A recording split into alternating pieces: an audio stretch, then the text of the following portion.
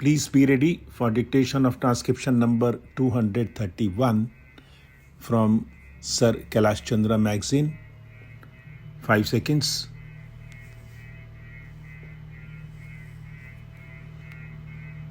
Start.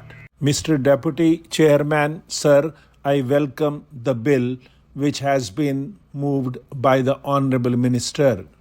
This is a bill which has got the consent of the important organizations of the scheduled castes and of the scheduled tribes, and as such it is in the fitness of things that we should try to respond to the desire of those organizations and their representatives. Sir, the sentiment of those organizations is quite understandable because in the arrangement as it exists at present, those members of the scheduled castes and the scheduled tribes who want to take advantage of the reservation made for them in the Constitution in order to represent certain constituencies in the legislatures are laboring under a distinct disadvantage. The disadvantage is that a double member constituency by its very nature is an unwieldy constituency, and except in certain urban areas, the constituency covers a very wide area and it becomes very difficult for any member to approach each and every voter as he should and to convey them his ideas, his policies and his programs and to canvass his vote. Sir, it is a well-known fact that the larger the constituency, the greater the expenditure for any candidate who want to get the votes of the electorate in that constituency.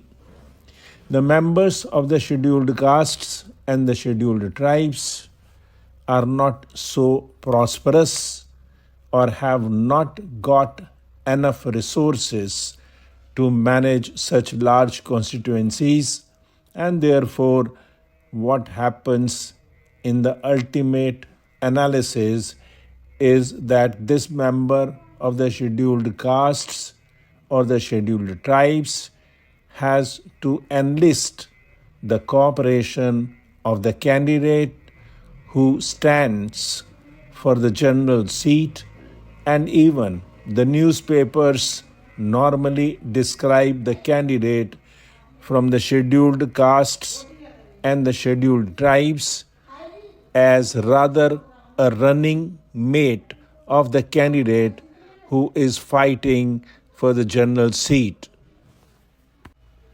It is a very undesirable thing because thereby the special protection which the Constitution has given and which this Parliament has extended would not be available to the members of the scheduled castes and the scheduled tribes, and they will have to enlist the support of the general constituency candidates. It is perhaps because of that and because of the lack of resources and because of unwieldiness, the constituency should be bifurcated. Again, sir, there is a provision that after the delimitations, a chance will be given to the various parties concerned to make any representation. Sir, this bill is a very welcome measure.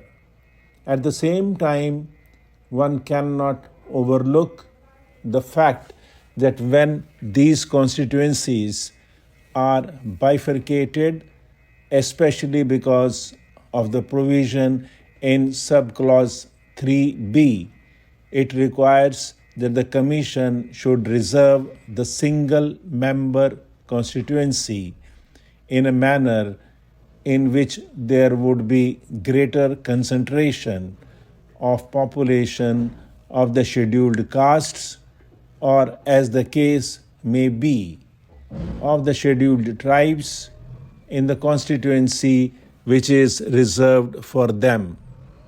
That being the case, a certain amount of separate constituency principle does not incorporate as a result of the bifurcation. One has therefore to be cautious that once this bifurcation takes place, it does not go further in the direction of separate constituencies and ultimately does not result in separate representation as was existing during the British days. It is very difficult, sir, to give any suggestions regarding the precautions that might be taken. Ultimately, the only solution of this complex problem is to raise the status of the scheduled castes and the scheduled tribes so that their separate identity may completely disappear and they may become part and parcel of the Indian community as such. Till we reach that stage wherein they become an honorable section of our community, enjoying the same status as other sections of the community, not only in law but also in fact, this type of protection will become unnecessary, and as long as this protection is necessary, certain risks will have to be taken with regard to the separation and reservation of constituencies for these weaker sections of our community. Therefore, while the risks are there, this particular bill is in response to the wishes of the people concerned and therefore has to be welcomed. Sir, one word more regarding the amendment of my friend, and I have done. That amendment seeks that before the delimitation takes place, a committee should be appointed to advise the Election Commission in the manner in which this delimitation should take place. I am afraid, sir, I am not in agreement with the suggestion made therein. Ultimately, we have to trust the Election Commission as an impartial body. They will be guided by the instructions that have already been given in this bill, and we will do its best to act according to these instructions. If we do not trust the Election Commission, democracy in this country will not be able to flourish at all.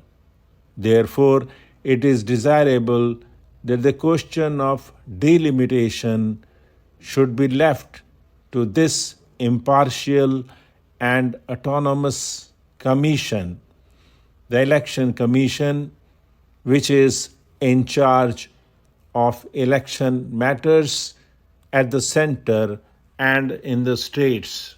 Stop.